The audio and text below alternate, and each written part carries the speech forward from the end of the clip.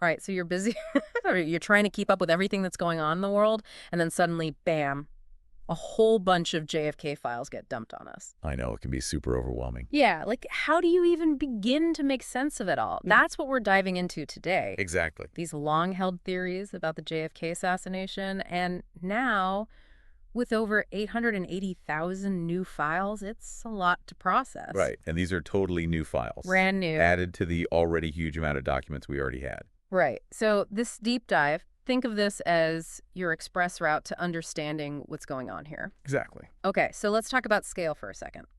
We're talking about nearly 1 million new documents. A lot. On top of everything else. Yeah, it's a huge problem. What's the immediate challenge for researchers trying to sift through it all? Well, just the sheer volume of it. I mean, for researchers, this is a monumental task. Yeah. There's no handy summary. Right. There's no sophisticated search engine.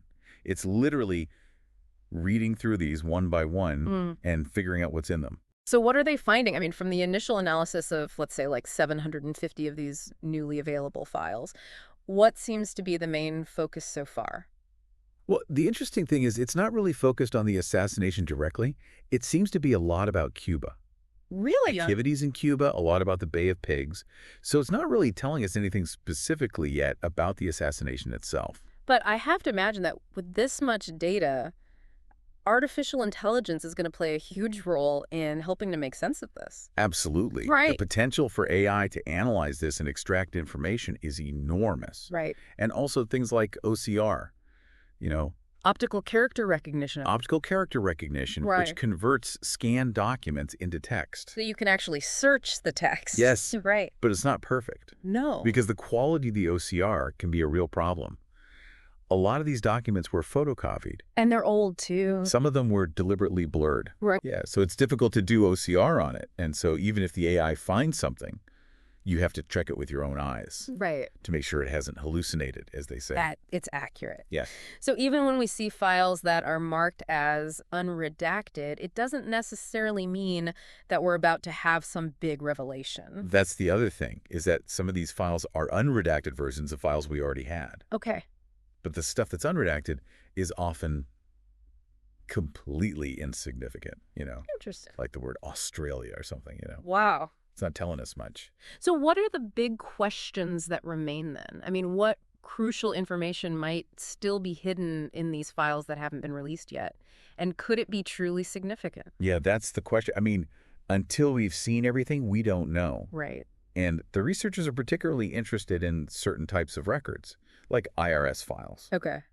which haven't been released yet. Of particular individuals? Yeah. I have to imagine that among this community of researchers, there are certain areas or people that they're really interested in. Yeah, I mean, Jefferson Morley, for example, is very interested in a guy called George Joannides, Okay. who was a CIA operative, and he's interested in this CIA program called JMWAVE, which was a big CIA operation based in Miami. What do they do? Well, they were involved in propaganda, they were involved in media, they had radio broadcasts and so on, all trying to influence what was happening in Cuba.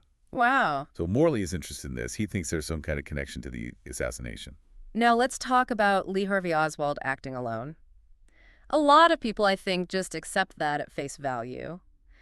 But it sounds like a lot of researchers who spent years studying this just don't buy it at all. Yeah, I mean, one of the interesting things is the way they compare this to Holocaust denial.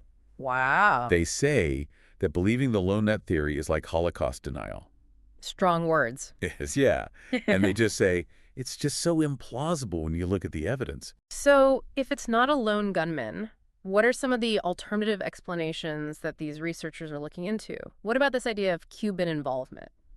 One of the main theories is that the actual shooters were Cuban. Hmm. And this ties into the fact that there were lots of anti-Castro groups operating out of Miami. Right. One of them is called Alpha 66. And also, of course, the CIA themselves have been trying to assassinate Castro Right. through things like JMWAVE and other programs. So what would have been the motive then for these Cuban groups to target President Kennedy? Well, the main motive is that these groups were very angry with Kennedy because of the Bay of Pigs. Right. They felt that he'd betrayed them. Because he didn't give them the support they needed. Yes. Air support and so on. Exactly.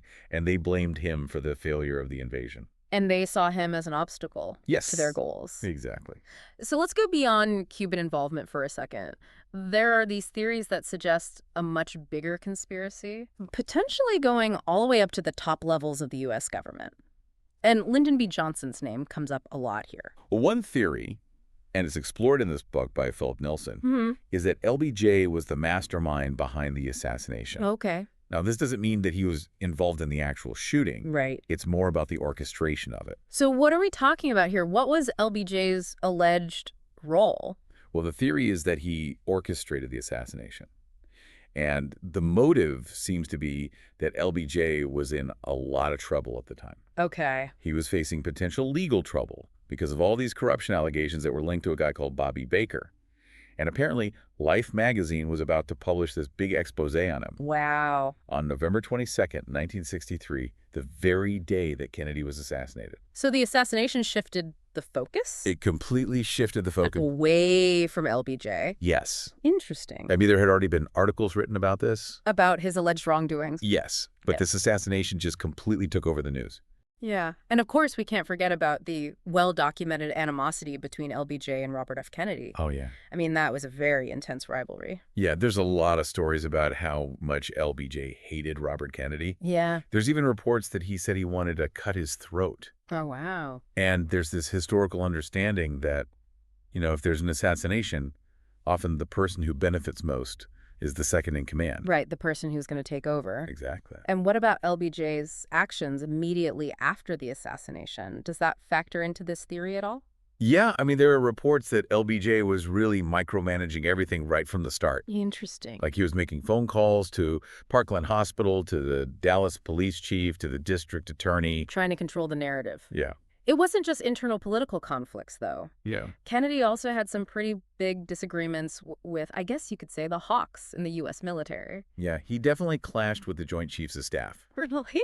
Yeah, and they thought he was weak because he was willing to talk to the Soviets. Right. He wanted to do a missile deal with them. Yeah. And so they thought he was, soft on communism, basically. Wow. And then you have this unbelievable proposal, Operation Northwoods. I mean, this is something a lot of people haven't even heard of. What was that all about? Well, Operation Northwoods was this plan that was put forward by the Department of Defense in 1962. Okay. And it was a false flag operation. So what does that mean? Well, it means they were going to pretend to do something Okay.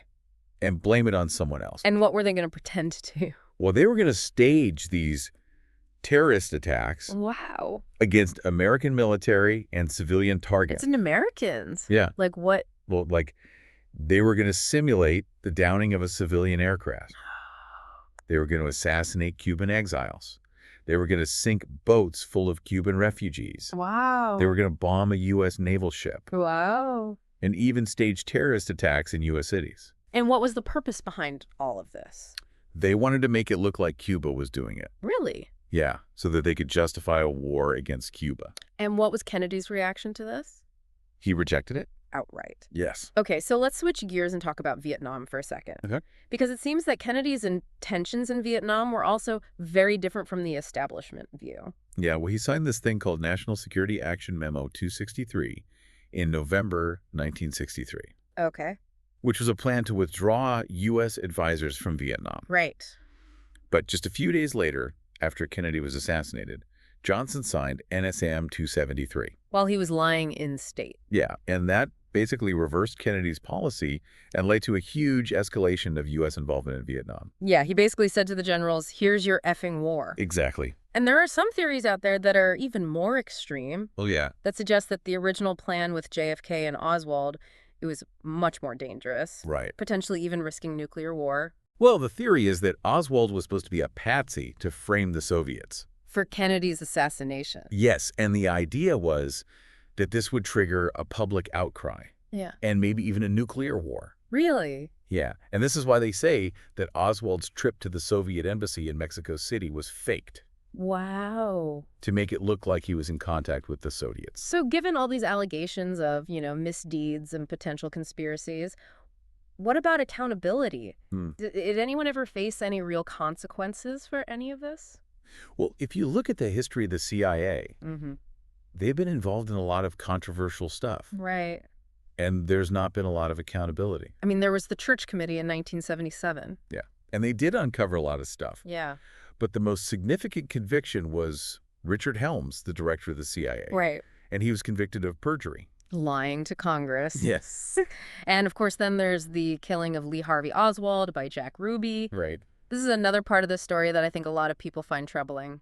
It's just like the public at the time kind of accepted it, I am. but it raises so many questions. Well, the interesting thing about Jack Ruby is that he seemed to have been involved in government operations for a long time. Really? Yeah, reportedly he started out as an FBI informant back in 1947. Wow. And he had connections to Richard Nixon. Wow. And he was involved in investigations of the Chicago mob.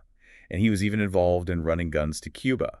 Wow. So Jack Ruby's death in prison also has a lot of unanswered questions swirling around it. Yeah, he died in prison. Right. While he was awaiting a new trial. Right, because his conviction was overturned. Yeah, exactly. So this is after he killed Oswald. Yeah. And it gets even weirder because he was visited by this guy, Dr. Jolly West, shortly before he died. Yeah. So there's this theory out there that Jack Ruby wasn't just some random guy who was overcome with emotion and just decided to kill Oswald, but that he was actually paid to do it. That's a big theory, yeah. Yeah. And the alleged amount was $50,000, Which is a lot of money. which was a huge amount in 1963. $500,000 today or something like that. Something like that, yeah. Yeah. And there's all these details about what Ruby did right before the shooting.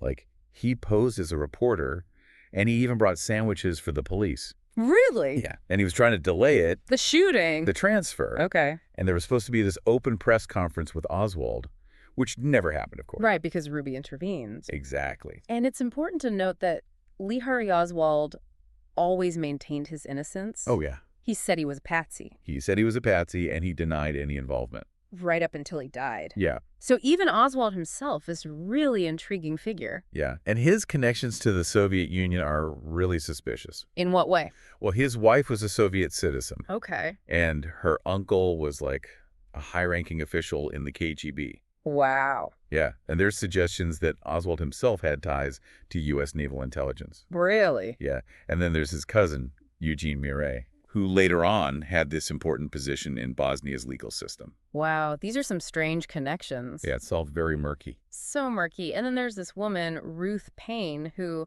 played a pretty big role in Oswald's life leading up to the assassination. Yeah. And she's got some interesting connections herself. Well, yeah, I mean, some researchers think that she might have been more involved with Oswald than she said she was. Really? Yeah, and there's all these things.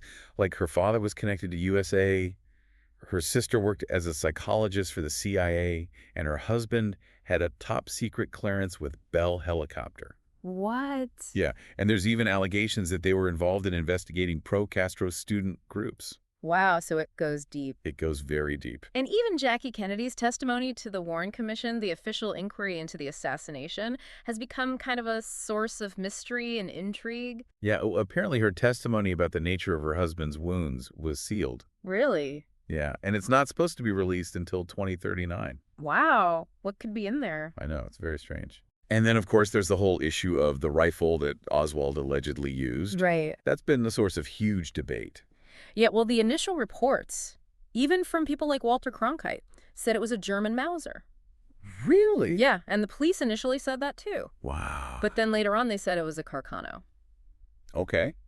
And then, to make things even more confusing, they found a British Enfield rifle on the roof of the depository. So there were multiple rifles there. Yeah. Wow, and this whole thing about the Wikipedia edits Oh, yeah. relating to the rifle, where the last edit allegedly came from Langley, Virginia. Yeah, the home of the CIA. Right. It's very strange. So all of this paints this picture of a very unstable time, Yeah. with all these threats swirling around President Kennedy in those months leading up to Dallas. Right. And there were these alleged plots in other cities as well. Yeah, like Chicago, Tampa, and Miami. In the same year. In the same year. Wow, so it seems like there were multiple attempts on his life. It seems that way, yeah. And the Chicago plot is particularly interesting because it allegedly involved a doppelganger of Oswald. Yeah.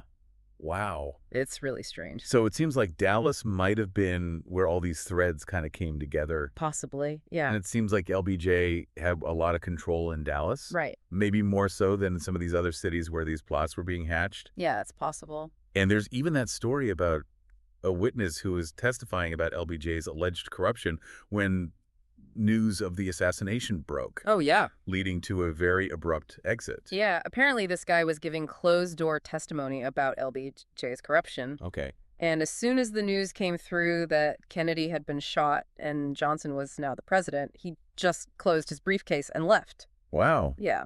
And then finally, you've got this alleged phone call from LBJ to Dr. Crenshaw at Parkland Hospital, Oh, yeah. adding yet another layer of complexity to this whole story. Yeah, it's pretty unsettling. What do we know about that call? Well, Dr. Charles Crenshaw was the doctor who treated both Kennedy and Oswald at Parkland Hospital. Okay. And apparently LBJ called him and demanded a deathbed confession from Oswald.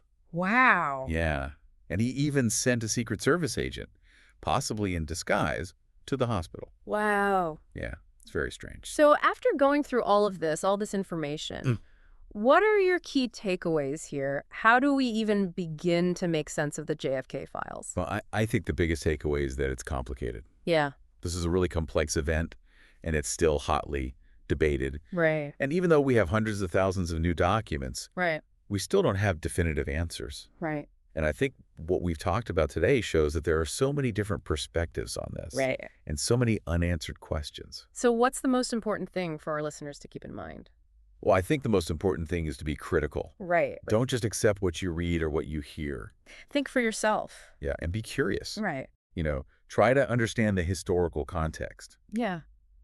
And always ask why. Why? Yeah, why are people saying this? Why are they pushing this theory? Yeah. You What's their agenda? Exactly. Okay, so let's leave our listeners with one final thought to ponder. Okay.